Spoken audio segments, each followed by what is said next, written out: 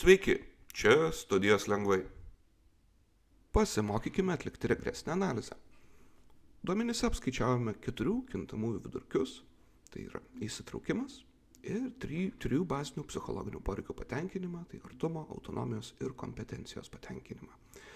Norėdami prognozuoti įsitraukimą per bazinius psichologinius poreikius, mes einame į regresiją, linijinę regresiją. Priklausomas kintamasis mūsų yra įsitraukimas, o nepriklausomi kintamieji yra mūsų bazinių psichologinių poreikių patenkinimas. Juos sukeliame čia. Ir šitoje išvestyje mums trūksta informacijos apie viso modelio reikšmingumą ir trūksta standartizuotų beta koeficientų. Mes to paprašome Model Fit kortelėje paprašydami F-testo, tai mums duoda modelio reikšmingumo informaciją. Prie modelio koeficientų paprašę standartizuotų koeficientų gauname standartizuotus koeficientus. Ir tuomet kyla klausimas, galbūt mūsų duomenys nėra tinkami regresiniai analizai, galbūt mes laužome normalumo prielaidą. Mielieji, tai nėra tokia didelė bėda, kaip galėtų atrodyti.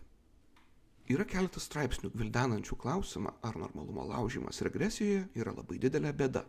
Ir kaip taisyklė, tie straipsniai dažniausiai sako, kad tai nėra tokia didelė bėda, kaip būtų galima manyti.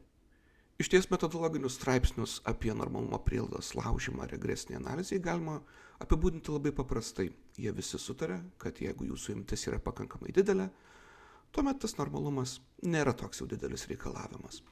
Bet dėl viso pikto pasižiūrėkime, ar mūsų regresijos likučiai yra pasiskirstę apytikriai normaliai.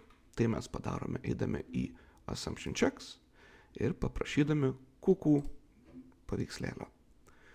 Ir šiame paveikslėlyje mes norime, kad taškeliai būtų ant tiesės arba kuo arčiau jos. Kartais matysite taškelius pasiskirčiusius tokią S formą. Tai nėra neįprasta, viskas tvarkoje. Taip pat galime pasižiūrėti kolinerumą. Variacijos infliacijos faktorius arba VIF mums pasako, kiek stipriai persidengia mūsų nepriklausomi kintamieji. Ir jeigu matote, jog VIF yra 10 ar daugiau, tuomet galite pradėti nervintis ir iš regresijos išmesti vieną kurį nors nepriklausomą kintamąjį su aukštu VIF koeficientu.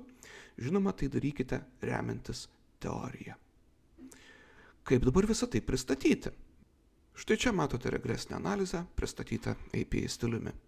Pastabose pristatytas visas modelis, taip pat determinacijos koeficientas, įvardytas priklausomas kintamasis. O lentelėje patikima konstanta, kuri yra neinterpretuojama, ir mūsų nepriklausomi kintamieji, kuriuos interpretuojame žvelgdami į standartizuotus beta koeficientus. O jų statistinį reikšmingumą be abejo matote šiame stulpelyje. Ir viskas. Dabar mokate atlikti regresinę analizę. Kam studijuoti sunkiai, jei galima lengvai?